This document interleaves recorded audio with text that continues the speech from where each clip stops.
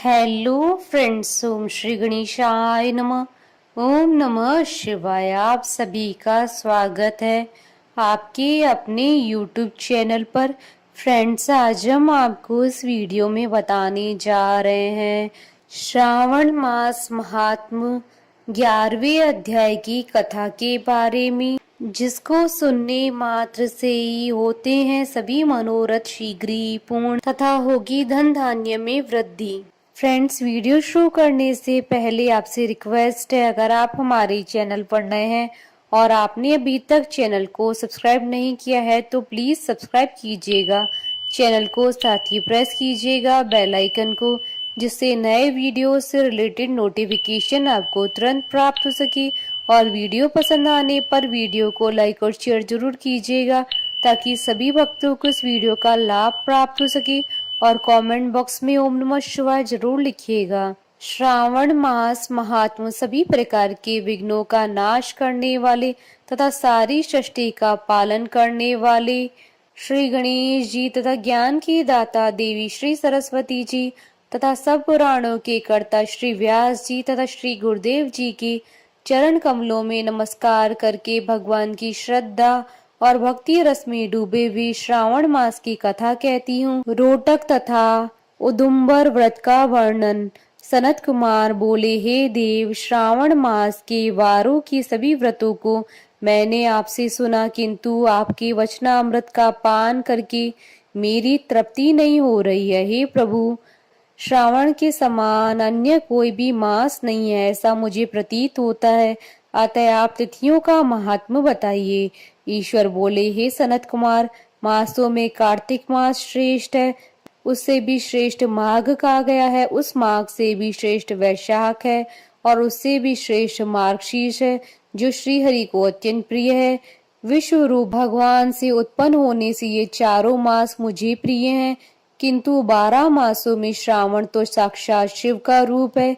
हे सनत कुमार, श्रावण मास में सभी तिथियां व्रत युक्त होती हैं, फिर भी मैं उनमें प्रधान रूप से कुछ उत्तम तिथियों को आपको बता रहा हूँ। सर्वप्रथम मैं तिथि तथा वार से मिश्रित व्रत आपको बताता हूँ। श्रावण मास में जब प्रतिपदा तिथि में सोमवार हो तो उस महीने में 5 सोमवार पड़ते हैं।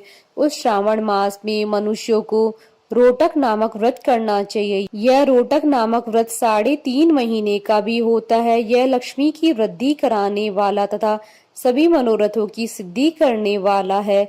हे मुने, मैं आपको इसका विधान बताऊंगा, आप सावधान होकर सुनिए। श्रावण मास की शुक्ल पक्ष में प्रतिपदा तिथि को जब सोमवार हो तब विद्वान प्रातः काल यह संकल्प करे, मैं आज से आरंभ करके रोटक व्रत करूंगा। हे सुरश्रेष्ठ, हे जगत गुरु, मुझ पर कृपा कीजिए। उसके बाद अखंडित बिलपत्रों, तुलसी दलों, नीलोत्पल, कमल पुष्पों, कलहार पुष्पों, चंपा तथा मालती के पुष्पों, गोविंद पुष्पों, आग के पुष्पों, उस ऋतु तथा काल में होने वाली नानाविध अन्य सुंदर पुष्पों, धूप दीप नैवेद्य तथा नाना प्रकार के फूलों से शूलधारी महादेव की प्रतिदिन पूजा करनी चाहिए। विशेष रूप से रोटकों का प्रधान नैवेद्य अर्पित करना चाहिए। पुरुष के आहार प्रमाण के समान 5 रोटक बनाने चाहिए। बुद्धिमान को चाहिए कि उनमें से 2 रोटक ब्राह्मण को दे दे, 2 रोटक का स्वयं भोजन करे, 1 रोटक देवता को नैवेद्य के रूप में अर्पित करे। बुद्धिमान को चाहिए कि शेष पूजा करने के अनंतर अर्घ्य प्रदान करे। केला, नारियल, जंबीरी, नींबू, बीज पूरक, खजूर, ककड़ी, दाख, नारंगी, बिजोरा, नींबू, अखरोट, अनार तथा अन्य और जो भी ऋतु में होने वाले फलों, वे सब अर्घ्य ध्यान में प्रशस्त करें। उस अर्घ्य दान का फल सुनिए। 7 समुद्र सहित पृथ्वी का दान करके मनुष्य को जो फल प्राप्त होता है, वही फल विधान पूर्वक इस व्रत को करके वह पा जाता है। विपुल धन की इच्छा रखने वालों को यह व्रत 5 वर्ष तक करना चाहिए। इसके बाद रोटक नामक व्रत का उद्यापन कर देना चाहिए। उद्यापन कृत्य के लिए सोने तथा चांदी के 2 रोटक बनाएं। प्रथम दिन अधिवासन करके प्रातः काल शिव मंत्र के द्वारा घृत तथा उत्तम बिलपत्रों से हवन करे। हे तात, इस विधि से व्रत के संपन्न किए जाने पर मनुष्य सभी वांछित फलों को प्राप्त कर लेता है। हे सनत कुमार, अब मैं द्वितीय के शुभ व्रत का वर्णन करूंगा। जिसे श्रद्धा पूर्वक करके मनुष्य लक्ष्मीवान तथा पुत्रवान हो जाता है। औदुंबर नामक वह व्रत पाप का नाश करने वाला है। शुभ सावन का महीना आने पर द्वितीय तिथि को प्रातः काल संकल्प करके बुद्धिमान को विधि पूर्वक व्रत करना चाहिए। इस व्रत को करने वाला स्त्री हो या पुरुष वह सभी संपदाओं का पात्र हो जाता है। इस व्रत में प्रत्यक्ष गूलर के वृक्ष की पूजा करनी चाहिए, किंतु गूलर वृक्ष न मिलने पर दीवार पर वृक्ष का आकार बनाकर इन 4 नाम मंत्रों से उनकी पूजा करनी चाहिए।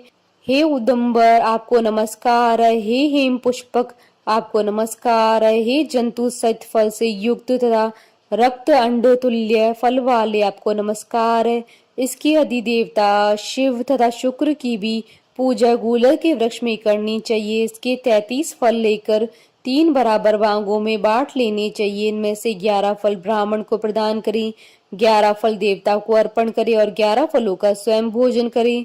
उस दिन अन्न का आहार नहीं करना चाहिए। शिव तथा शुक्र का विधिवत पूजन करके रात में जागरण करना चाहिए। हे तात, इस प्रकार 11 वर्ष तक व्रत का अनुष्ठान करने के बाद व्रत की संपूर्णता के लिए उद्यापन करना चाहिए। स्वर्णमय फल तथा पुष्प तथा पात्र सहित एक गूलर का वृक्ष बनाएं और उसमें शिव तथा शुक्र की प्रतिमा का पूजन करें। उसके बाद प्रातः काल होम करें। गूलर के शुभ कोमल तथा छोटे छोटे से 108 फलों से तथा गूलर की संविधाओं से तिल तथा घृत सहित होम करें। इस प्रकार होम कृत्य समाप्त करके आचार्य की पूजा करें। उसके बाद सामर्थ्य अनुसार 100 अन्यथा 10 ब्राह्मणों को भोजन कराएं। हे वत्स, इस प्रकार व्रत किए जाने पर जो फल प्राप्त होता है उसे सुनिए। जिस प्रकार यह गूलर का वृक्ष बहुत जंतु युक्त फलों वाला होता है, उसी प्रकार व्रत करता भी अनेक पुत्रों वाला होता है और उसके वंश की वृद्धि होती है। यह व्रत करने वाला स्वर्णमय पुष्पों से युक्त वृक्ष की भांति लक्ष्मीप्रद हो जाता है। हे सनत कुमार, आज तक मैंने किसी को भी यह व्रत नहीं बताया था।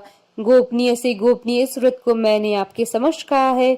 इसके विषय में संशय नहीं करना चाहिए और भक्ति पूर्वक इस व्रत का आचरण करना चाहिए। इस प्रकार श्री स्कंद पुराण के अंतर्गत ईश्वर सनत कुमार संवाद में श्रावण मास महात्म्य में प्रतिपद रोटक व्रत द्वितीय औदुंबर व्रत कथन नामक 11वां अध्याय पूर्ण हुआ। बोलिए भगवान शंकर माता पार्वती जी की जय। हमारे साथ इस वीडियो में अंत तक बने रहने के लिए आपका धन्यवाद। ओम श्री गणेशाय नमः। ओम नमः शिवाय।